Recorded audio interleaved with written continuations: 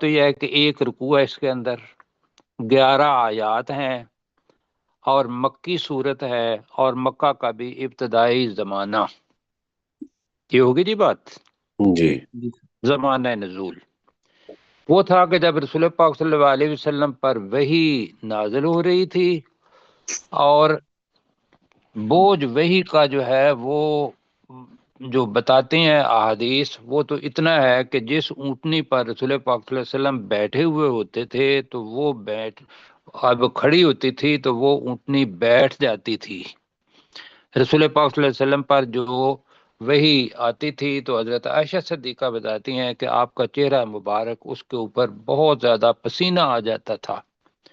تو یہ تھی حالت جو اللہ سبحانہ و تعالیٰ کے کلام کا کیا کہیں گے بار تھا، ایک بوجھ تھا جو اللہ سبحانہ و تعالیٰ نے رسول پاک صلی اللہ علیہ وسلم کے دل پر ڈالا اپنے الفاظ۔ یہ بھی آ گیا جی پتہ۔ جی جی اب اس میں جو پہلی دو چیزیں ہیں وہ ایک دوسرے کا متضاد ہوں گی، جو پہلے بھی ہم نے پڑھ چکے ہیں۔ مطلب ہے پہلے تو یہ پڑھا تھا نا کہ خیر اور شر، ایسے ہی پڑھا تھا، جی جی سعادت اور شقاوت، یا یہ ہے کہ جو نیکی اور بدی اس کے تقابل میں۔ اس جگہ پہ وہی تقابل آئے گا جیسے بسم اللہ الرحمن الرحیم والضحیٰ، اور اس کا الٹ ہے واللیل اذا سجا۔ یہ دو قسمیں اللہ سبحانہ و تعالیٰ نے کھائیں، اس کی تشریح ہم ابھی کرتے ہیں، لیکن یہ پتہ ہے کہ یہ ایک دوسرے کا اپوزٹ ہیں۔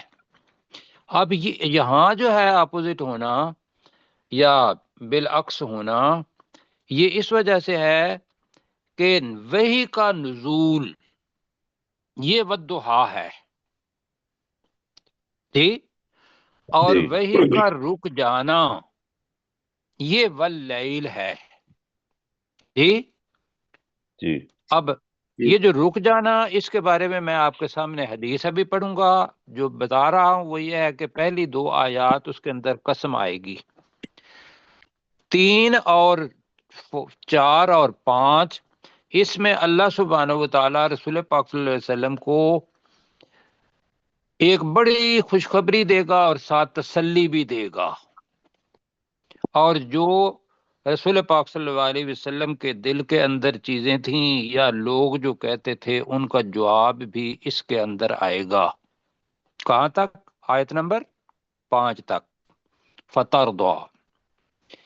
پھر اللہ تعالیٰ 3 احسانات، اللہ کے بڑے احسانات ہیں ہر بندے پر، رسول پاک صلی اللہ علیہ وسلم پر بہت سارے، تو وہ جو 3 احسانات ہیں اس کا ذکر ہوگا 6، 7 اور 8 کے اندر، اور باقی کون سی رہ گئی جی؟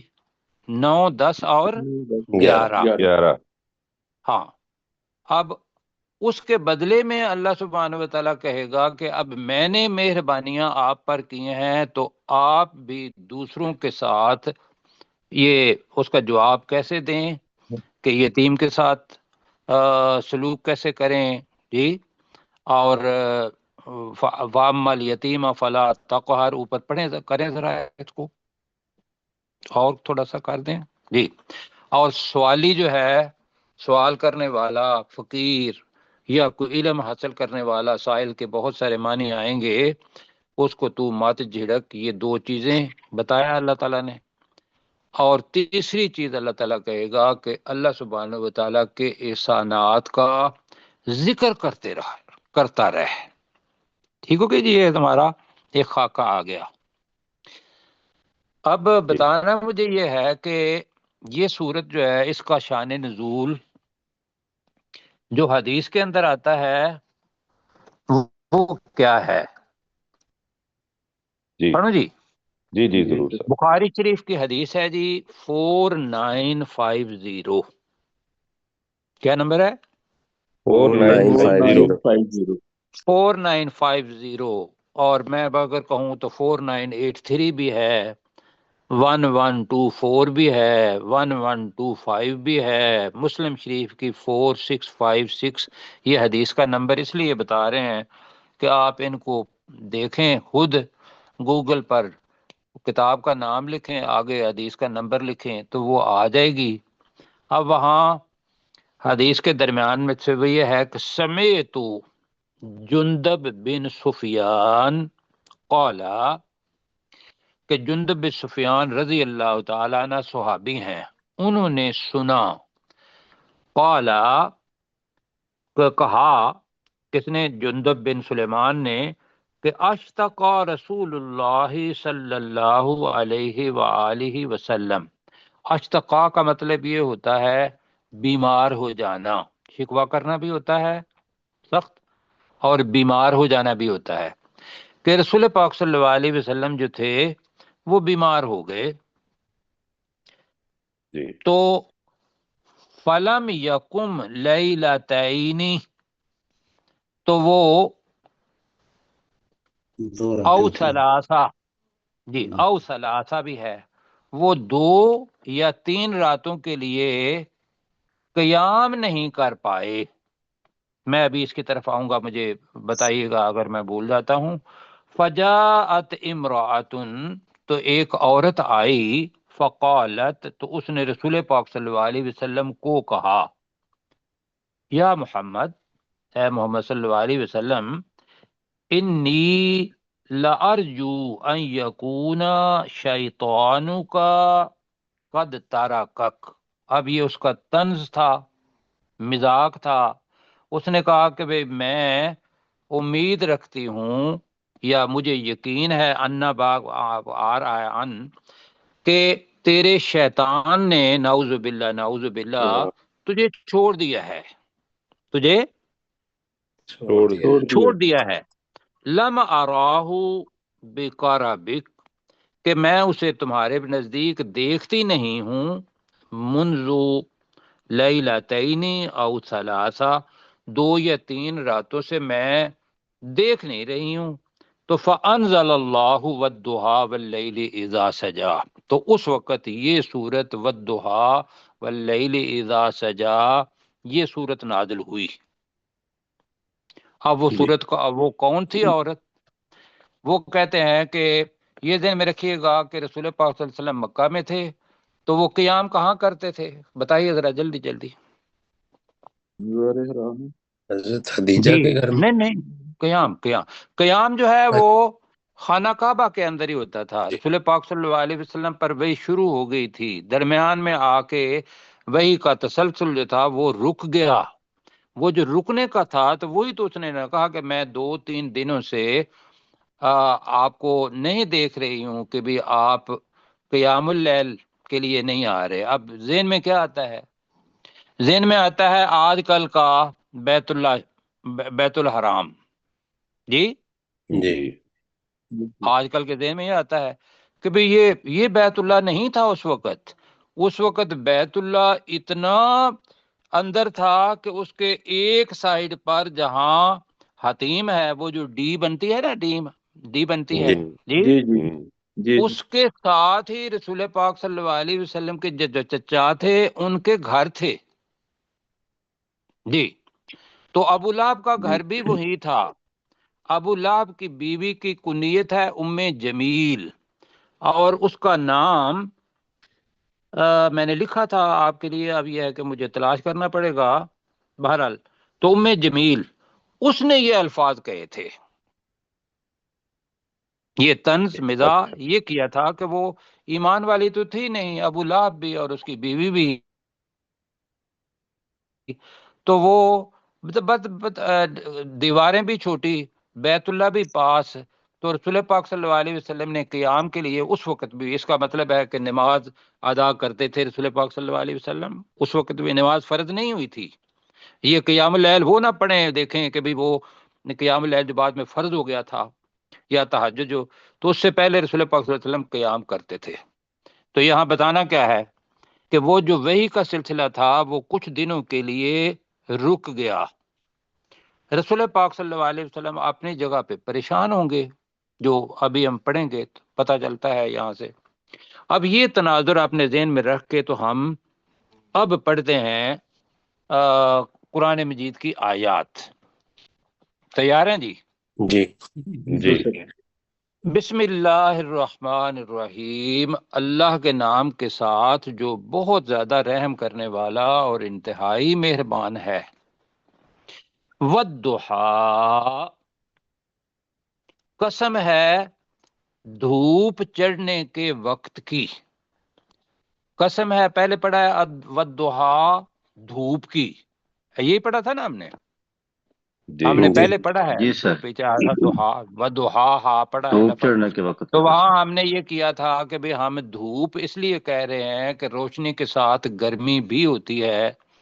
یہاں بھی وہی چیز ہے کہ روشنی کے ساتھ گرمی تب آئے گی کہ جب سورج طلوع ہو کے اوپر آ جائے گا تو پھر، تو لہذا اس کے ترجمے بہت سارے ہوئے ہیں، تو ہم کر رہے ہیں قسم ہے دھوپ چڑھنے کے وقت کی۔ وقت کی۔ جی، اب اس کا ترجمہ یہ بھی ہے چاشت کی، دھوپ کی، یہ بھی ہوا ہے۔ قسم ہے روشن دن کی، یہ بھی ہوا ہے۔ تو ہم اس کا ترجمہ کر رہے ہیں کیا جی؟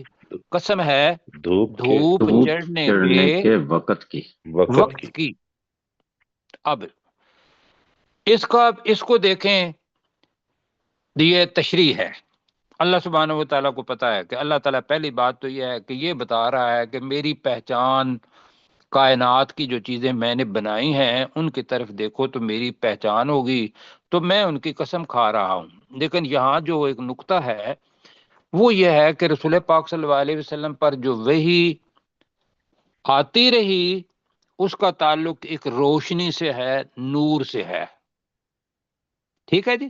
جی جی اب جو رک گئی، درمیان میں تھوڑا سا وقفہ آ گیا، تو وہ ہے واللیل اذا سجا، نیا لفظ ہے سجا۔ آگے ہم نے یغشا پڑھا ہوا ہے، کیوں جی؟ جی ایسے پڑھا نا؟ تو جی واللیل اذا سجا لفظ آیا ہے۔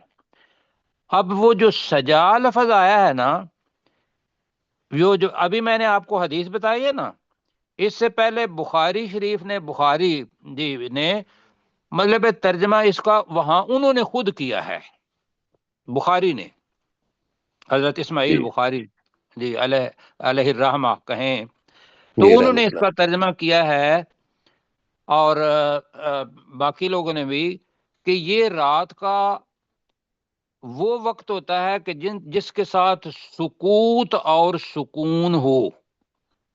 اور جو مجاہد اس وقت کے مطلب تھے، ان سے انہوں نے بخاری شریف نے کیا، انہوں نے اس کا مطلب یہ ہے کہ جب قسم ہے رات کی جب وہ برابر ہو جاتی ہے۔ دوسرا ترجمہ کیا جب وہ تھم جاتی ہے۔ تیسرا ترجمہ کیا جب وہ اندھیری ہو جاتی ہے۔ جی، یہ اس لیے کہہ جی رہے ہیں کہ جو پڑھنے والے ہیں انہیں سارے معنی کا پتہ چل جائے۔ لیکن اب سجا بنا کہاں سے ہے؟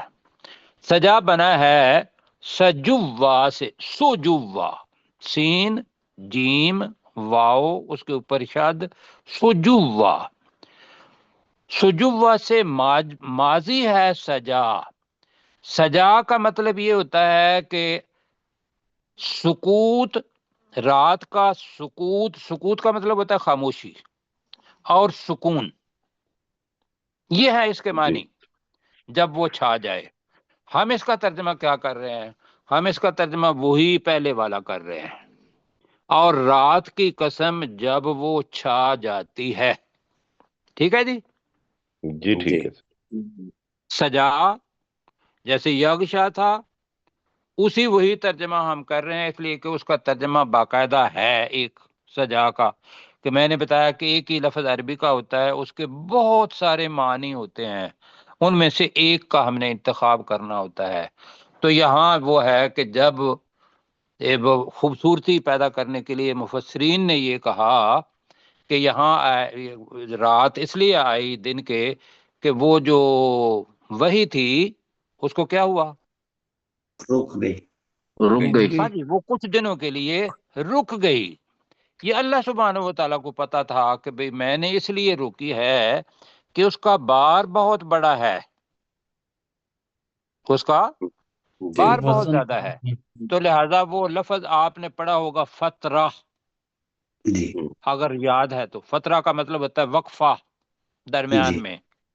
جی اب بہرحال میرے خیال ہے میں ریفرنس نہ دوں، بعد میں آپ کو بتا دوں گا کہ یہ جو ہے نا کام کرنے والے بندے کو آرام دینا، جو انتہائی کام کرنے والا بندہ ہو وہ اگر مسلسل کام کرتا رہے گا تو بتائیے اس کی پرفارمنس کیسی ہوگی؟ کم ہو جائے گا۔ کم ہو تھک گیا۔ جاتا ہے کم ہو بندہ۔ جائے گی جی۔ لیکن اگر وہ آرام کر کے پھر کام کرنا شروع کر دیتا ہے تو پھر وہ اس کی جو طاقت ہے یا پاور ہے وہ زیادہ ہو جاتی ہے۔ تو اللہ سبحانہ، ہم نے سورہ مدثر کے اندر بھی پڑھا اور سورہ اس سے پہلے کی تھی مزمل، مزمل۔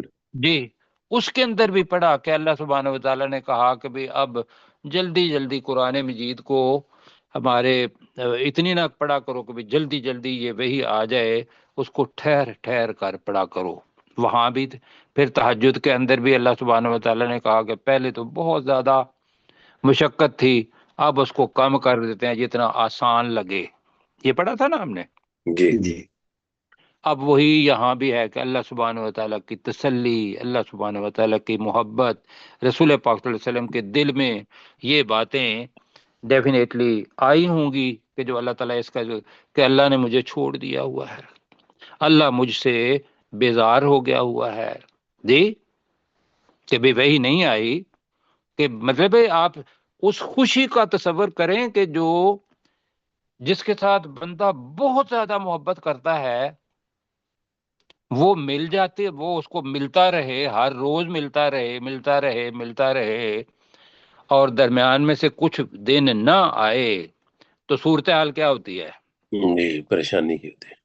بس وہ جذبات جو ہیں ہم اس کو دنیا کے ساتھ نہیں ملا رہے ہیں۔ بالکل یہ ذہن میں رکھیے گا، ہم اللہ کی بات کر رہے ہیں کہ اللہ سبحانہ و تعالیٰ کی عظمت، اس کا جلال، یہ بہت بڑی سعادت ہے جو رسول پاک صلی اللہ علیہ وسلم کو اللہ تعالیٰ نے دی، آخری رسول بنایا، اور پھر کتاب وہ بھیجی جس کی حفاظت کا ذمہ خود لیا۔ تو یہ بہت بڑی خوشی کا موقع تھا۔ درمیان میں اس وحی کا رک جانا، اب یہ اس کے اندر پھر کلا ہونا چاہیے یا نہیں ہونا چاہیے؟ ابھی اس کے معنی پڑھیں گے۔ مطلب ہے کہ ایک پریشانی، تو اس پریشانی کو اللہ سبحانہ و تعالیٰ نے دور کیا۔ ایک بات تو یہ کہنی تھی۔ دوسری چیز یہ ہے کہ جو ہم نے بتایا تھا کہ جو حکم کا کے علاوہ آتا ہے وہاں ہم کرتے ہیں کہ بھی اے مخاطب اور اے رسول پاک صلی اللہ علیہ وسلم، لیکن جس جگہ پر کا آ جائے تو وہاں مخاطب کون ہے؟ اے نبی صلی اللہ علیہ وسلم۔ اے نبی صلی اللہ علیہ وسلم، جی اے میرے پیارے رسول، اے حبیب اللہ۔ جی اب کیا ہے؟ ما ودعک ربک، ودع لفظ آ گیا ہے، یہ جو الوداع ہم کہتے ہیں اس کے ساتھ جوڑ لیں۔ ودع کے ساتھ کس کے ساتھ ہم نے ملایا جی؟ الوداع۔ الوداع۔ جی اس کے ساتھ۔ تو الوداع کا مطلب کیا ہوتا ہے؟ چھوڑ دینا، رخصت کرنا۔ چھوڑ دینا۔ تو یہاں ہے کہ ما ودعک ربک وما قلا، تو وعدہ یدع اس کا مطلب ہوتا ہے چھوڑنا، یہ ہم بعد میں دیکھیں گے۔ اور قلا یقلی اس کا مطلب ہوتا ہے کہ کسی کے ساتھ شدت سے نفرت کرنا، اس حد تک کہ دشمنی اس سے ہو جائے۔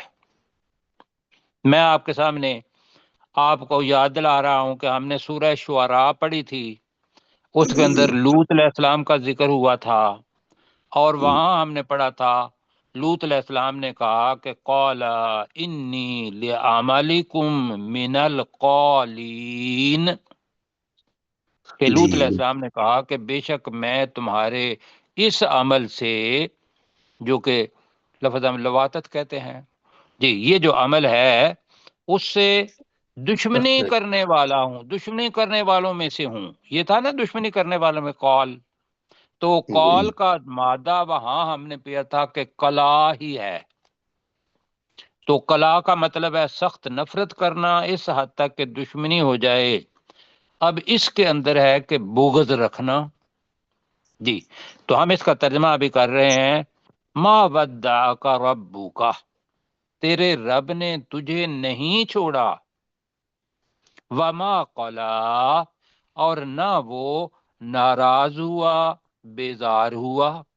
یہ کر لیں جی. جی ٹھیک ہے. تو مجھے بتائیں ودع کا ترجمہ ہم نے کیا کیا؟ نہیں چھوڑا، اس نے چھوڑا، چھوڑا. یہ چھوڑا. تو ما ودع کا، تجھے نہیں چھوڑا. نہیں چھوڑا. رب کا فائل ہے، تیرے رب نے. وما قلا، اس کے اندر فائل چھپا ہوا ہے، ماضی ہے یہ. اور نہ وہ بیزار ناراض. ہوا. یہ کر لیں. جی ناراض ہوا یا بیزار ہوا؟ دونوں میں سے بتائیں پلیز. ناراض. بیزار. نہ وہ ناراض ہوا. ٹھیک ہے جی، ابھی بھی وہ محبت کرتا ہے. آگے جی. وَلَلْآخِرَةُ خَيْرٌ لَكَ مِنَ الْأُولَىٰ، یہ جو لام شروع کے اندر ہے نا، لام، اس کے معنی کیا ہوتے ہیں؟ یقیناً. یقیناً. لام تحقیق. جی تحقیق، یقیناً ہم کرتے ہیں. تو یہ ہے کہ آخرہ، اب اس کا ترجمہ جو ہے یہ کیا ہوگا؟ ایک تو ہے اور آخرت، اور یقیناً آخرت خیر لک، تیرے لیے بہتر ہے. من الاولی، پہلی سے، پہلی دنیا سے. ایک تو معنی یہ ہو گئے جو ہمارے ذہن میں ہیں. جی. جی دوسرا ہے آخر ہے، جو آخروں کا مطلب ہے پیچھے آنے والا. جی جی تو اس کا ترجمہ کیا کریں گے ہم؟ بعد میں آنے جی والا وقت. جی بعد میں آنے والا. ہاں جی، تو بعد میں آنے والا وقت یہ ہوگا. یقیناً پیچھے آنے والا زمانہ، یقیناً بعد میں آنے والا زمانہ تیرے لیے پہلے زمانے سے بہتر ہوگا یا بہتر ہے. جی بہتر ہے. یہ ترجمہ زیادہ ہوا ہے. یقیناً آخرت، بعد میں آنے والا زمانہ، خیر لک، تیرے لیے بہتر ہے. من الاولی، پہلے زمانے سے. اب اس کے اندر جو اللہ سبحانہ و تعالیٰ بتا رہا ہے کہ بھئی یہ جو پہلا زمانہ، اس کے بعد جتنے بھی آئیں گے بعد میں آنے والا زمانہ، یعنی کہ مکہ کا وہ تصور کریں کہ جب رسول پاک صلی اللہ علیہ وسلم پر وحی نازل ہوئی، پھر دار ارقم میں گئے اور اس وقت مشکل میں تھے، لوگوں کے مظالم شروع ہو گئے. تو یہ تقریباً اس وقت کا زمانہ کر لیں. تو اللہ تعالیٰ تسلی دے رہا ہے کہ تیرے لیے بعد میں آنے والا زمانہ جب تو مدینہ کے اندر جائے گا، جی بہتر. وہ پہلے زمانے سے جو تمہارا مکی دور ہے اس سے بہتر ہوگا. ایک تو معنی یہ. تو دوسرا جو معنی ہے کہ تیری آخرت، وہ تو رسول پاک صلی اللہ علیہ وسلم کی آخرت بہرحال دنیا سے کہیں بہتر ہے. تو یہ ہم کرنے لگے ہیں. یقیناً بعد میں آنے والا زمانہ تیرے لیے پہلے زمانے سے خیرن، بہتر. بہتر ہوگا. اب میرے ساتھ پڑھیں. بسم اللہ الرحمن الرحیم. پروفیسر یہ پڑھیں جی. آگے بھی کرنا تاکہ یہ موضوع مکمل ہو جائے. ولا سوف یؤتیک ربک فترضی، یہاں تک کر لیں. بھی یہاں کر لیتے ہیں تو ٹھیک ہے. وَلَسَوْفَ يُعْطِيكَ، تو یقیناً ہے لام والا. سوفا پلے میں بتایا تھا، سا اور سوفا کے اندر فرق یہ ہوتا ہے، ایک سا فیوچر ٹینس ہوتا ہے اور سوفا پلانڈ فیوچر ہوتا ہے، جس کی منصوبہ بندی کی گئی ہو. وہاں سوفا عربی کے اندر استعمال کرتے ہیں عمومی طور پر. عمومی طور پر نہیں، زیادہ سوفا وہیں ہوتا ہے. میں نے بتایا تھا کہ ایک ول شیل ہوتا ہے اور ایک از گوئنگ ٹو آتا ہے مستقبل کے لیے. کہ جی پہلے بھی کہا ہے نا. جی جی ایسے ہی. تو والا سوفا یؤتیکا، تو یقیناً ان قریب وہ اللہ تجھے عطا، وہ تیرا رب تجھے یؤتیکا عطا فرمائے گا، فترضا، تو راضی ہو جائے گا۔ جی اب وہ کیا کیا دے گا اللہ سبحانہ و تعالیٰ کے راضی ہو جائے گا، یہ بذات خود ایک بہت بڑی چیز ہے کہ رسول پاک صلی اللہ علیہ وسلم کو آخری نبی بنایا، کیوں جی؟ جی اور پھر یہ ہے کہ جو جی کچھ دیا وہ آخرت کے اندر، وہ پتہ ہے کہ بھئی دنیا کے اندر مکہ فتح ہو گیا اور پورا شبہ جزیرہ رسول پاک صلی اللہ علیہ وسلم کی زندگی کے اندر فتح ہو گیا جی، جی سلطنت روم تک اور ادھر عراق تک، اور اپنا جنوب کے اندر چلے جائیں تو یہ جو مسقط عمان ہے یہ والا علاقہ، اور اگر شمال کی طرف چلے جائیں تو وہ شام کا علاقہ، یہ سارے کا سارا رسول پاک صلی اللہ علیہ وسلم کو اللہ سبحانہ و تعالیٰ نے عطا فرما دیا۔ تو ان قریب ہم تیرا رب تجھے عطا کرے گا، فترضا، تو راضی ہو جائے گا۔ اب وقت کم ہے، اور آخرت کو دیکھیں گے تو آخرت میں شفاعت، مقام محمود، اللواء الحمد، یہ ساری کی ساری چیزیں رسول پاک صلی اللہ علیہ وسلم کے پاس ہوں گی، کیوں جی؟ جی جی بہت بڑی خوش قسمتی۔ تو اب یہ بسم اللہ الرحمن الرحیم پڑھیں جی۔